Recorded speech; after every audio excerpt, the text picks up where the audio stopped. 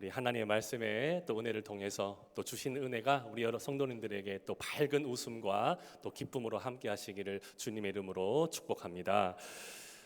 제가 봉독교회 와서요, 오후 예배는 처음 설교하는 것 같습니다. 오후 시간에 여기 딱 서본 게 처음인데, 뭐 그런 거 같습니까? 혹시 제가 한 6년 여기 다닌 것 같아요. 제가 느낌이. 네, 그래서 오후 예배 시간은 우리 성도님들과 또 청년 예배를 통해서 제가 또 하는 시간이 있기 때문에 우리 함께 또 첫 시간을 갖는데 또 이 시간이 또 은혜의 시간으로 또 함께 했으면 좋겠습니다. 자, 주일 오후 예배 시간은 그래서 내가 온전하고자 할진대라는 말씀의 제목으로 함께 은혜의 말씀을 나누도록 하겠습니다. 우리가 신앙생활을 참 이렇게 신앙생활을 하다 보면 우리 스스로도 이렇게 모르고 자연스럽게 빠지게 되는 좀 이렇게 함정 하나가 좀 있는 것 같다는 느낌이 듭니다. 그것이 좀 무엇이냐고 제가 생각을 해보니까 좀 더 우리가 신앙생활을 잘 해야겠다는 생각, 좀 더 우리가 신앙생활을 잘 해야겠다는 생각인 것 같은데, 조금 더 기도해야 할 것 같고, 조금 더 헌신해야 할 것 같고, 또 조금 더 거룩해져야 할 것 같은 마음이 우리 안에 계속 쌓여져 갑니다. 물론 우리가 하나님 앞에 신앙을 잘 지켜가려고 조금 더 무엇을 잘해보자는 것 자체는 이것을 가지고 우리가 신앙이 잘못되었다라고는 단정 지을 수는 없습니다. 왜냐, 게으르고 나태한 것보다 우리가 좀 게으르고 나태한 모습보다는 좀 더 열심히 뭘 잘해보려고 한다는 그 자체는 나쁜 것이지 않기 때문이지요. 그런데 정작 잘하려고 하는 과정 속에서 빠지게 되는 함정이 무엇이 문제가 되느냐? 문제는 어느 순간 우리도 모르게 우리의 신앙이 얼마나 잘하느냐라는 이 기준의 잣대를 들고 판단해 버리기 시작한다는 거예요. 마치 나는 저 사람보다 낫다, 나는 이 정도면 좀 괜찮지 않나, 나는 하나님 앞에 이 정도쯤이면 좀 부족하지 않겠다 싶을 정도의 우리의 잣대와 판단이 어느 정도부터는 생긴다는 것이죠. 누가복음 18장에 가보면 마치 그 바리새인들이 그 세리와의 그 신앙들을 이렇게 자신들이 비교하면서 이렇게 자신들이 말하잖아요.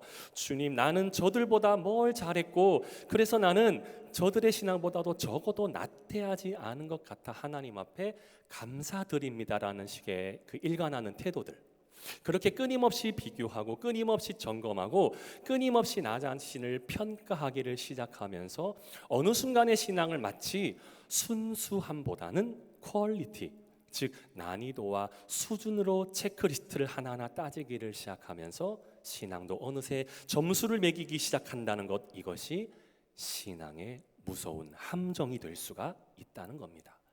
그런데요, 성도님들, 성경을 깊이 들여다보면요, 예수님께서는 단 한 번도 우리들에게 남들보다 더 잘해라라고의 그 경쟁의식을 붙이시는 분은 적어도 아니셨습니다. 오히려 예수님은 우리의 삶 한가운데로 들어오셔서 어떻게 질문하시는 분이셨는가? 지금 내가 서 있는 자리가 맞느냐? 내가 지금 서 있는 중심이 과연 하나님이 맞느냐? 그렇기 때문에 신앙은 어떤 뭔가 잘하고 못하고를 따지는 수준의 문제가 아닙니다. 신앙의 가장 핵심은 하나님 앞에 우리가 어떻게 어디에 올바로 서 있는가를 묻는 그 위치의 문제라는 거예요. 생각해 보세요.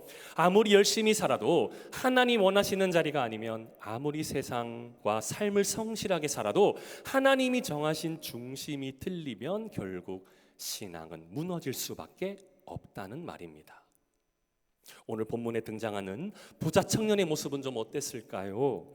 이 청년은 겉으로 보면은 너무도 훌륭한 모습을 우리에게 보여주고 있는 것 같습니다.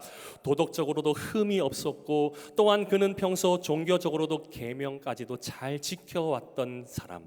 그런 탓에 그의 신앙은 거기다가 영생에 대한 간절함까지 지금 구비되어 있었던 상황으로도 볼 수도 있습니다.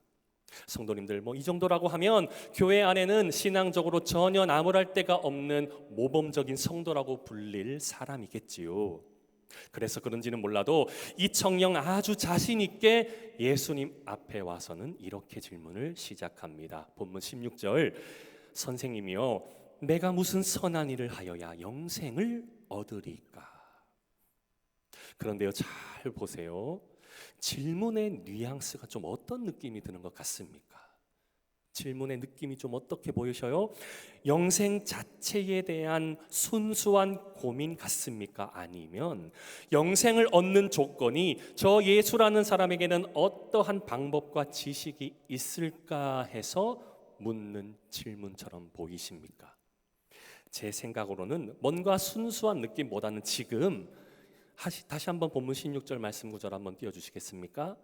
선생님이여 내가 무슨 선한 일을 하여야 라는 이 느낌을 보시면 영생을 나도 어려서부터 공부해 와서 아는데 대략적인 개념은 저도 좀 알겠고 그럼 실천할 만한 실천 과제를 좀 알려주면 내가 좀 한번 생각 좀 해보고 아니면 할 수 없고 좀 괜찮겠다 싶으면 내가 한번 노력해 보겠습니다라는 이런 느낌이 좀 들지는 않느냐는 것이죠. 그러니 이 청년에게 있어서 지금 관심은 본문에게 기록되고 있듯이 무슨 선한 일이 더 궁금한 것이었잖아요. 그런데요, 이 질문을 가만히 들여다보면 오늘날 우리의 모습도 마치 그대로 반영이 되어 있는 것은 아닌지 모르겠습니다. 마치 하나님 내가 무엇을 하면 좀 영생인 겁니까? 또 어디까지 어떻게 신앙생활을 열심히 하면 좀 충분하게 보이십니까?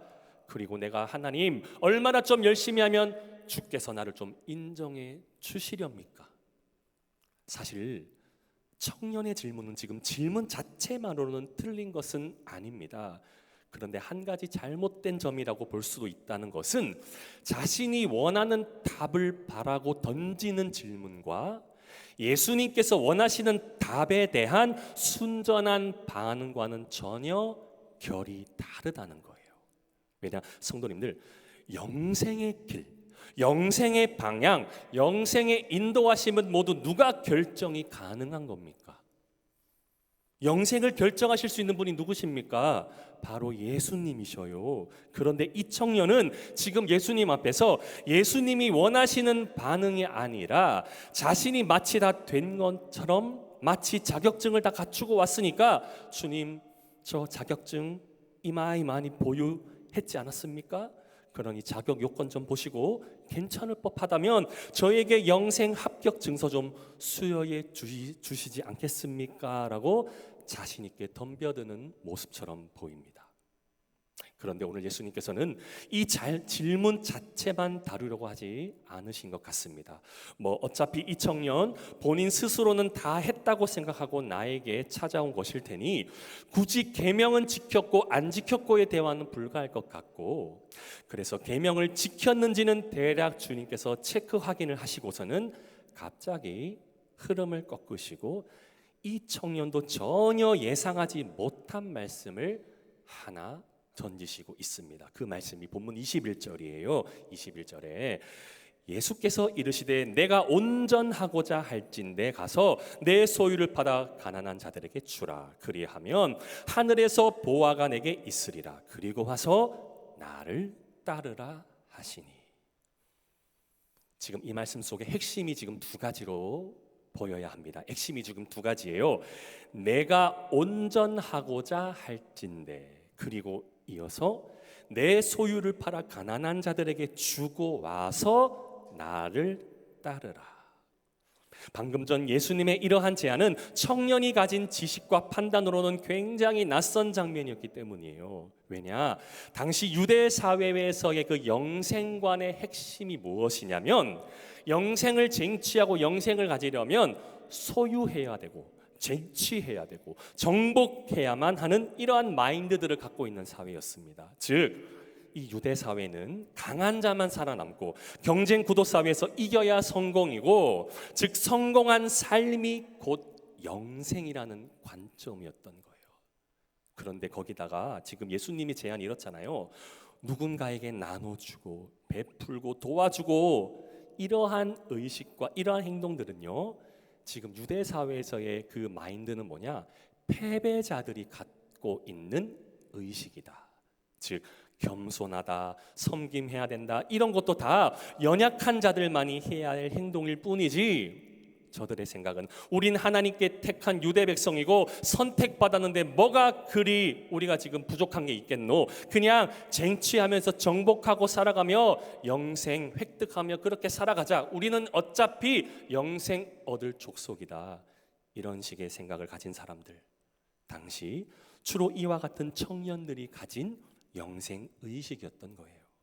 그러니 뭐 청년은 나름대로 예수님을 좀 연구하고 좀 왔던 것 같아요. 뭐 지금 말 들어보니까 뭐 예수 아니 뭐 구원자 능력자라고 말하는 사람이 뭐 이 정도밖에 안 되는 사람이었나? 아니 뭐가 그리 영생에 대하여 나하고 생각이 이렇게도 반대로 틀릴 수가 있을까라고 생각했을 수도 있을 것 같습니다. 그런데 방금 청년과 같은 이 상식과 생각, 본문 안에 이 청년만의 생각일까요? 어쩜 우리의 모습일지도 모릅니다. 우리도 예수님 믿는다고 말하면서 때로는 어떤 모습을 갖고 있는 것 같습니까? 솔직하게 예수님이 말씀하시는 답안지보다 내가 원하고 바라는 답안지가 더 중요할 때가 많지는 않았습니까? 아니, 예수님 능력자라고 말씀하시면서 어찌 더 그리 답답하실 때가 있습니까? 그리 능력자가 되신다고 말하면 아니 내 소원 한 가지 그리도 간절해서 교회 찾아왔는데 좀 주셔야 능력자의 본분이 안 되실까요? 라고 우리 원망의 목소리를 크게 내고 있지는 않았을까요? 그런데 오늘 가만히 말씀을 잘 보셔야 합니다. 예수님께서는 지금 부자 청년의 질문 내용 자체가 잘못되었다고 이야기를 하진 않습니다. 영생을 얻으려고 노력한다는데 그 자체가 뭐가 그리 잘못되었겠어요? 뭐 조건 조금 붙여서 선한 일로 뭘 좀 잘 해보겠다고 한다는 그 자체만으로는 뭐가 그렇게 잘못이겠습니까? 그런데 질문에 답하시는 예수님의 의중을 다시 한번 체크해 보셔야 합니다. 방금 읽었던 본문 21절 우리가 봤을 터인데 여기서 예수님께서 말씀하시던 구절 내가 온전하고자 할진대에 주목해 보시길 바랍니다. 내가 온전하고자 할진대, 오늘 우리는 본문 이 말씀 안에서 반드시 체크해 볼 핵심적인 한 단어가 있습니다. 바로 온전이라는 단어. 온전, 텔레이오스. 사실 우리는 이 단어를 일반적으로 너무 쉽게 이해할 때가 있습니다. 온전하다라고 일반적으로 우리가 이해하고 있을 때는 마치 완벽하고 흠 없고 부족함 없다라는 말로 생각하는 경우가 있습니다. 그런데 오늘 성경적으로 가리키는 이 온전은요, 그런 의미만 내포되어 있는 것이 아닙니다. 성도님들, 온전히 가리키고 있는 오늘 이 본문 말씀 속에서 가리키고 있는 성경적인 의미는 목적에 도달한 상태, 완성된 상태를 이야기합니다. 그리고 한 가지 더 있어요. 가장 중요한 표현이기도 한데요, 이런 의미도 있습니다. 제자리를 찾은 상태. 따라서 예수님께서 부자 청년에게 정말로 요청하셨던 이 말 속에 내가 온전하고자 할진대 다 나눠주고 와서 나를 따르라, 바로 온전하여 영생 얻을 사람, 완벽하게 도덕적으로 신앙적으로 열심히 살았고 뭘 잘했고 성취했고의 문제가 아니라 내가 돌아올 자리로, 하나님 자녀에 마땅한 자리로 돌아오라라는 뜻이었던 것입니다. 주님께서 말씀하시는 이 온전하고자 할진대 무엇을 성가물로 내어놓아라고 하신 것이 아니라 돌아오라, 하나님 자녀에 마땅한 자리로 돌아오라.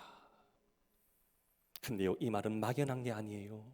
무슨 의미가 더 깊게 담겨져 있냐면, 얘야, 너가 하나님 자녀라는 걸 잘 알고 있지?